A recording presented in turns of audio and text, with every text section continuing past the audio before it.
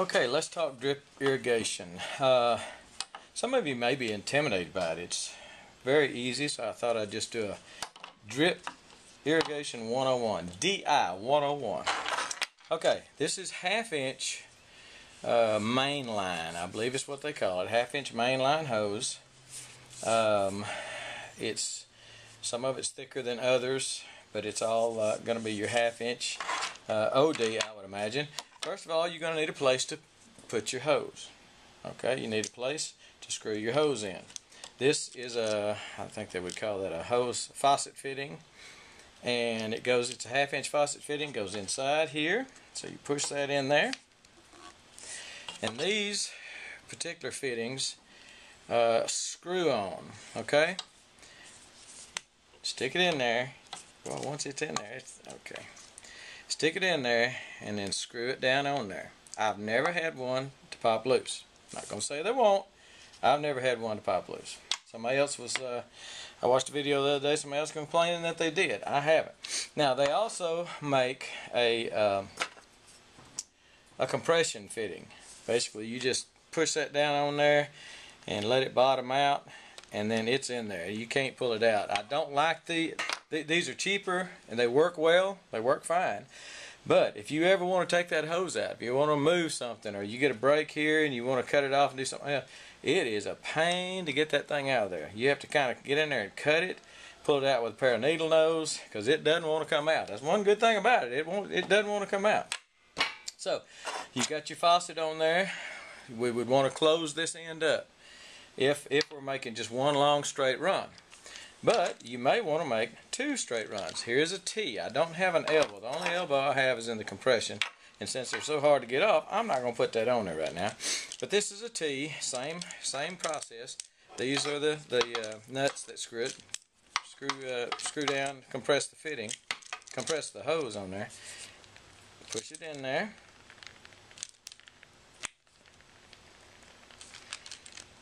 Okay. And screw it down. Alright. And they make several different kinds. Here is a coupling. Same thing, if you're splicing one, you had one break, you need to splice it for some reason. Again, we have the elbows. I don't think I've seen a 45, but they may make one. Okay, you've got this done. Let's say you've got other hoses running this way. What do you do for your to make it spray where you want it to spray? Okay, if you're going to punch very many holes, I highly recommend that. I didn't get out the other one. I've got a hole punch. It's basically an awl that you just stick down in there that punches the correct size hole. But this one does much better, cleaner hole. So let's say you want to put, you're doing some blackberries, and I've got this, I've got 700 feet of blackberries, and I got 700 feet of this with some emitters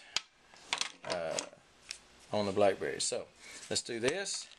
The blue side is the side that punches.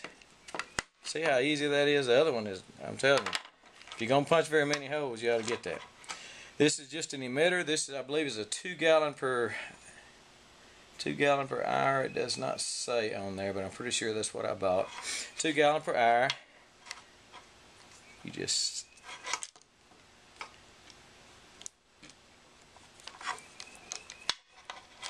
that's old hose. Anyway, just snap that dude in there like that. It starts putting out water at 2 gallons per hour. You say, well, you're punching a hole, and you say, oh man, I didn't mean to punch. What am I going to do? I don't want a hole right there. Goof plug. G-O-O-F-P-L-U-G. Goof plug. Stick that dude in there.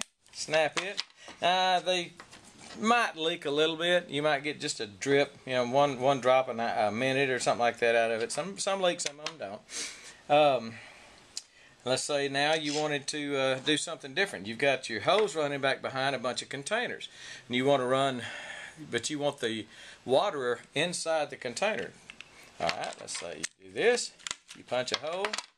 You put a barbed fitting in there. It's just a straight.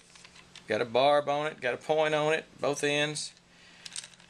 Some of them you buy only have a point on one end. Stick that in there. put your piece of tube on it, and that is 1/4 inch. I like to do it in the sun when it warms it up. It's a little bit easier. That's 1/4 inch tubing. Again, 1/2 inch, 1/4 inch tubing, and then put your emitter on top of it. If you're doing a bed, this is also another little neat deal. This will water about a 6-foot wide area. The water comes up through here. It's got some threads on it, but basically, when I use it, I just screwed it in the hose here, and it held really well. Water comes up through here, and where's my pen? I don't know where it is. Anyway, it hits where I made that little mark on it right there. It comes up, hits that, and it just sprays out like that. Sprays out at like a 90-degree angle, something like that. Just coming out like this, out like that. And it'll, like I say, it'll go 4 to 6 feet. Those are pretty cool to have. You'll need to, simply because of the, you just screw them in the hose like that. And simply because the hose is pretty flimsy, when it comes on, it's going to want to kick back. So you'll have to put some kind of little stake, piece of wire, tie it up against a fence, something, because you know, to keep it steady. So you got that. Now let's say you wanted to be able to turn some of them off, some of them on. There is a little shut-off valve. See that little shut-off valve? Okay. Just turn it off, turn it on. Put your piece of hose on it, and then one of these emitters or whatever you choose to put on. One of these emitters or the sprayer. This is a spray here. Either way, do that. Now, something I'm fixing to do in my greenhouse is put, I've got 2 shelves in it. Put this above the top shelf, put another one above the bottom shelf, and either this is a mister, but it's got a barbed fitting, so I can either go straight into that or I can use this, either one. Now, these misters I think are 70.75, 3/4 of a gallon an hour mister, and I think I'm gonna use some of those in the greenhouse. That way it's not you don't go in there with a hose, because young plants, when you go in there with a hose, can be a problem. All right, let's say you got this done, and how do we close off the ends? Well, they make a deal, and I do not have one. A screw-on deal like this. That's basically like a hose end, like the end of a water hose. If you've ever used a drip hose, that black hose that oozes, whatever, they've got caps on the end, and that's basically what that is.